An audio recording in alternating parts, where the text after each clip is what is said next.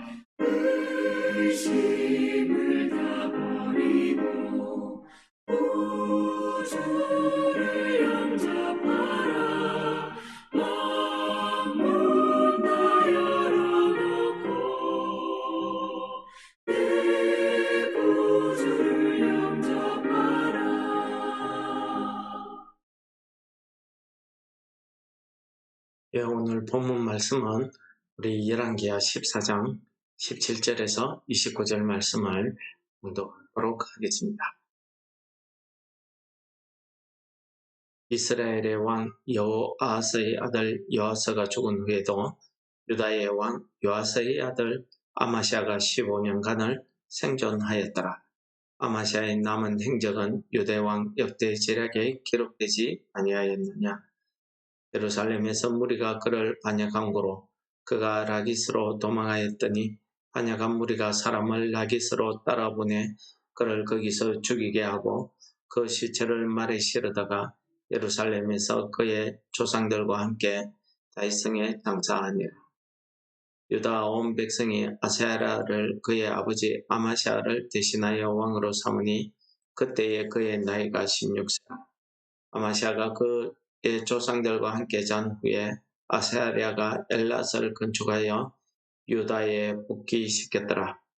유다의 왕 요아스의 아들 아마시아 제15년에 이스라엘의 왕 요아스의 아들 여로보암이 사마리아에서 왕이 되어 41년간 다스렸으며 여호와 보시기에 악을 행하여 이스라엘에게 범죄하게 한 느바스의 아들 여로보암의 모든 죄에서 떠나지 아니하였더라. 이스라엘의 하나님 여호와께서 그의 종 가드 헤벨 아밋 때의 아들 선지자 요나를 통하여 하신 말씀과 같이 여로보암이 이스라엘 영토를 회복하되 하맛 어귀에서부터 아라바 바다까지 하였으니 이는 여호와께서 이스라엘의 고난이 심하여 매인자도 없고 노인자도 없고 이스라엘을 도울 자도 없음을 보셨고 여호와께서 또 이스라엘의 이름을 천하에서 없이 하겠다고도 아니하셨으므로 요아스의 아들 여로보암의 손으로 구원하심이었더라. 여로보암의 남은 사적과 모든 행한 일과 쌓은 업적과 다메섹을 회복한 일과 이전에 유다에 속하였던 하맛을 이스라엘에 돌린 일은 이스라엘 왕 역대지략에 기록되지 아니하였느냐. 여로보암이 그의 조상 이스라엘 왕들과 함께 자고 그의 아들 스가랴가 대신하여 왕이 되니라. 아멘. 오늘은 본문 말씀은 마지막으로 유다 왕 아마샤의 이야기 그리고 이스라엘 왕 여로보암에 대한 이야기가 나오고 있습니다. 오늘 말씀을 통해서 읽어보시면 아시겠지만 오늘 본문 말씀의 내용들을 이렇게 쭉 살펴보시면 모든 내용이 하나님의 말씀대로 이루어졌다 하는 것이 오늘 본문 말씀의 내용이 되겠습니다. 아마샤가 어떻게 우리 살펴보았듯이 아마샤의 그 행적은 초반에는 자기가 아버지 요아스처럼 하나님 앞에 정직히 행했지만은 그의 집권 후반기로 갈수록 그는 이방신들, 에돔의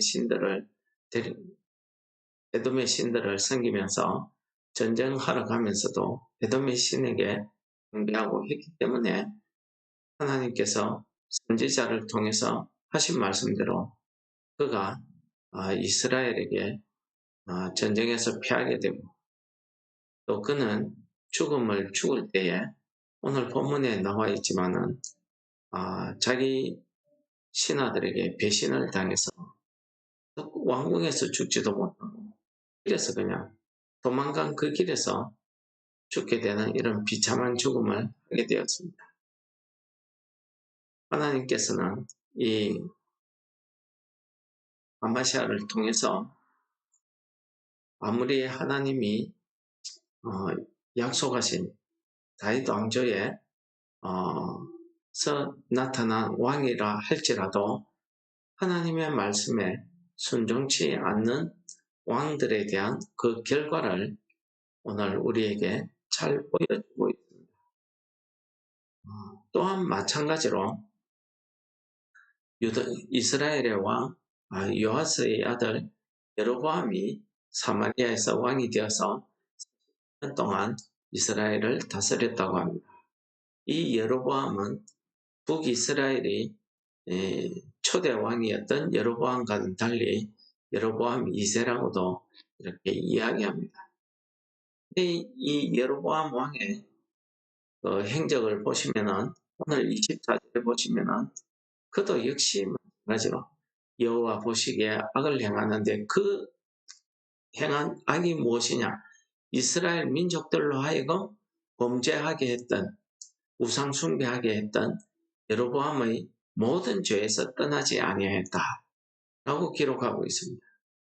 이 부분은 하나님께서 이 여로보암 2세 왕도 역대 북이스라엘 왕들과 같이 하나님 앞에 전혀 하나님의 말씀에 순종치 않는 하나님의 말씀에서 떠나 있는 악한 모습, 우상 숭배하는 모습을 통해서 그렇게 그의 행위가 여호와 보시기에 악했다 하는 것을 이야기하고 있습니다. 그런데 오늘 중요한 말씀의 부분은요. 26절, 27절에 있는 말씀입니다. 5절부터 보시면은 이스라엘의 하나님 여호와께서 선지자 요나를 통해서 하신 말씀과 같이 하고 그러면서 그 말씀의 내용이 무엇이냐면은 하나님이 여로보암 2세의 손을 통해서 이스라엘의 영토를 회복시켜 것이라는 것입니다. 유다에게 빼앗겼던 하마셋부터 아라바 바다까지 원래 이스라엘에게 하나님께서 주었던 그 토지를, 그 지역을 회복하고 있는 모습을 보여줍니다. 그 이유를 하나님께서 이렇게 설명하고 있습니다.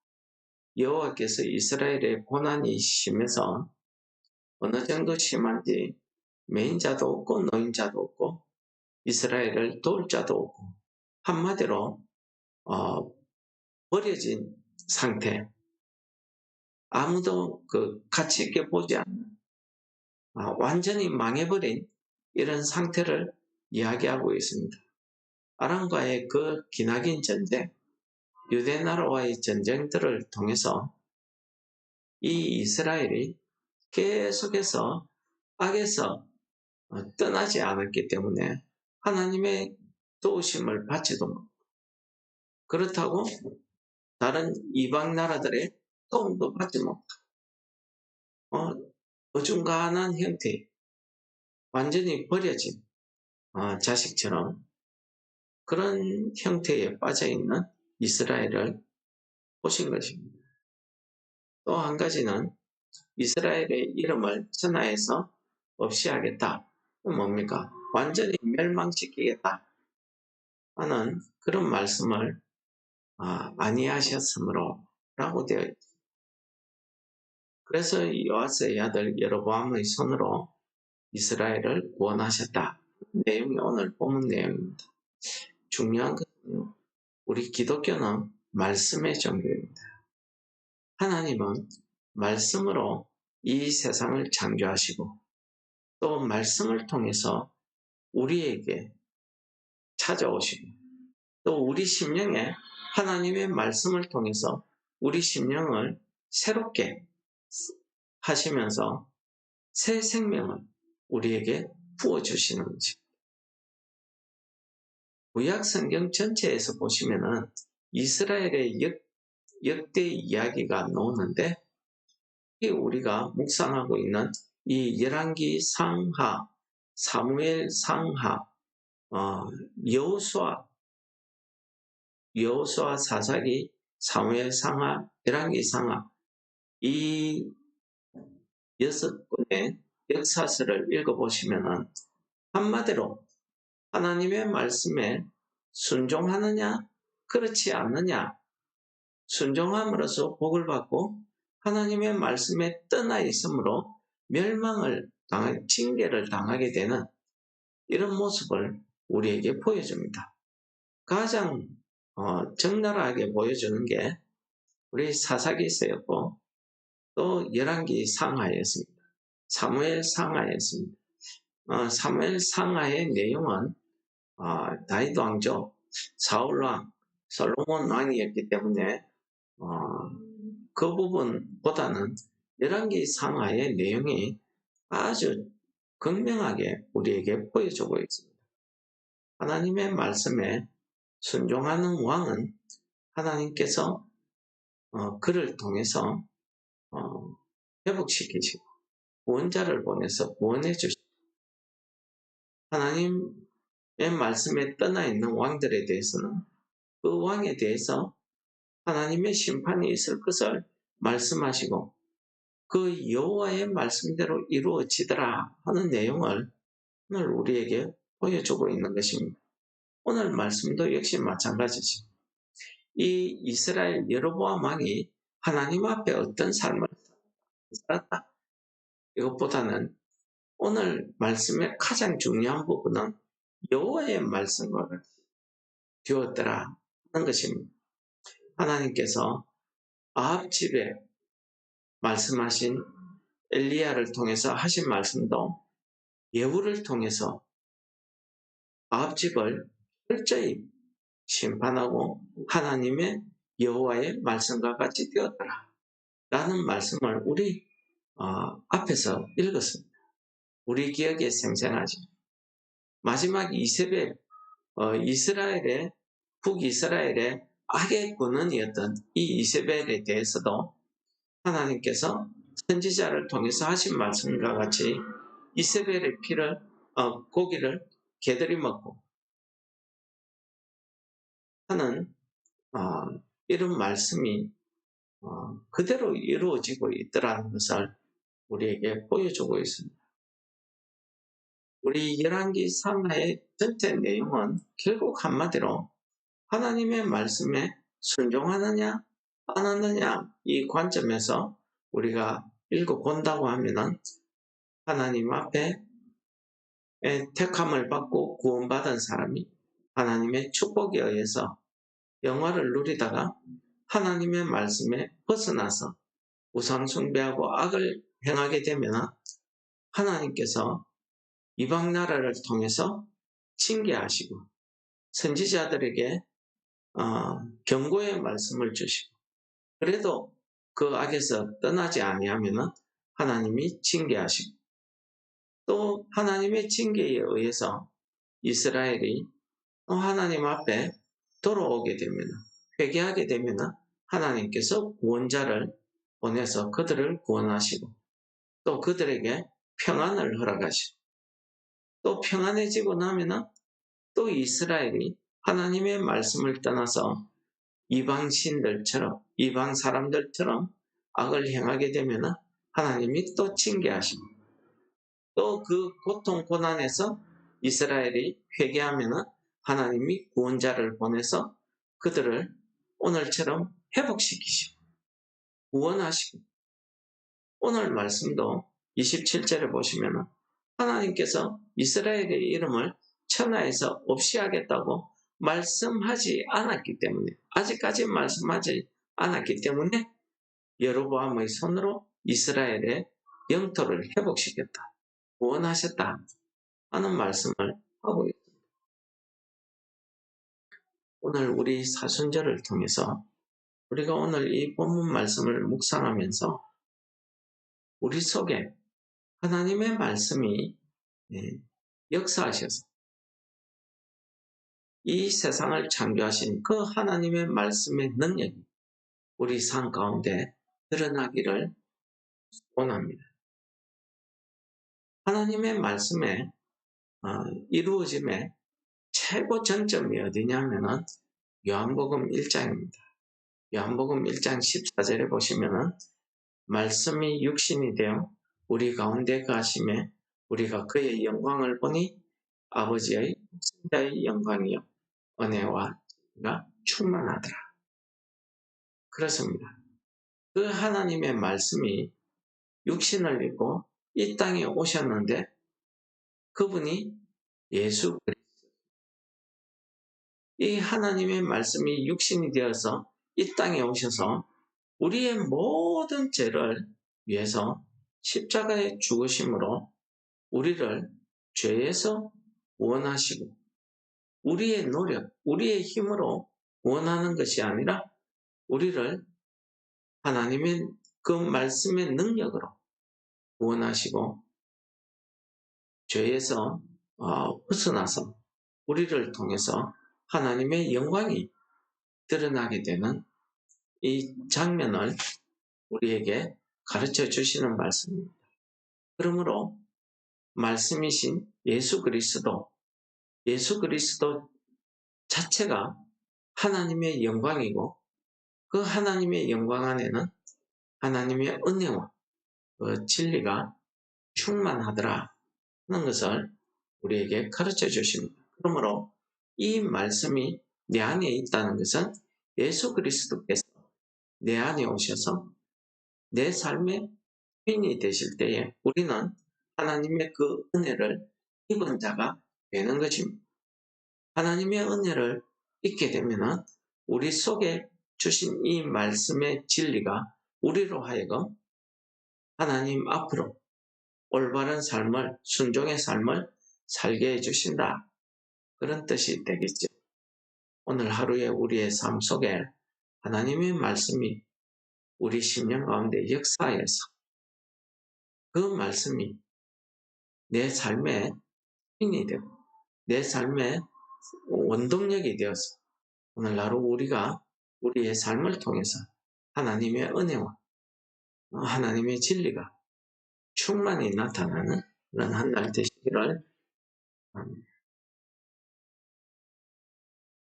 하나님 아버지 감사합니다.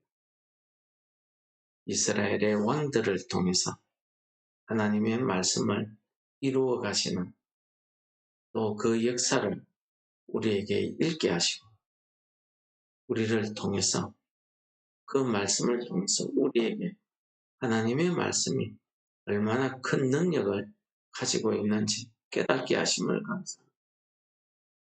하나님의 말씀대로 우리가 그 약속의 말씀을 믿고 예수 그리스도를 우리의 구주로 모심으로 우리 속에 하나님의 그 말씀이 우리 심령 가운데 역사해서 우리로 하여금 은혜 속에 이 하루를 지낼 수 있게 도와주시고 우리가 하나님의 말씀, 그 의 말씀대로 순종하며 살아가는 오늘 하루 되게 우리를 인도하여 예수님 이름으로 감사 기도드립니다. 하늘에 계신 우리 아버지, 이름이 거룩히 여김을 받으시오. 나라의 임합시오. 뜻이 하늘에서 이루는 것 같이 땅에서 이루어지이다. 오늘날 우리에게 일용할 양식을 주옵시고 우리가 우리에게 죄 지은 자를 사하여 준 것 같이 우리 죄를 사하여 주옵시고 우리를 시험에 들게 하지 마옵시고 다만 악에서 구하옵소서. 예, 나라와 권세와 영광이 아버지께 영원히 싸움나이다. 아멘.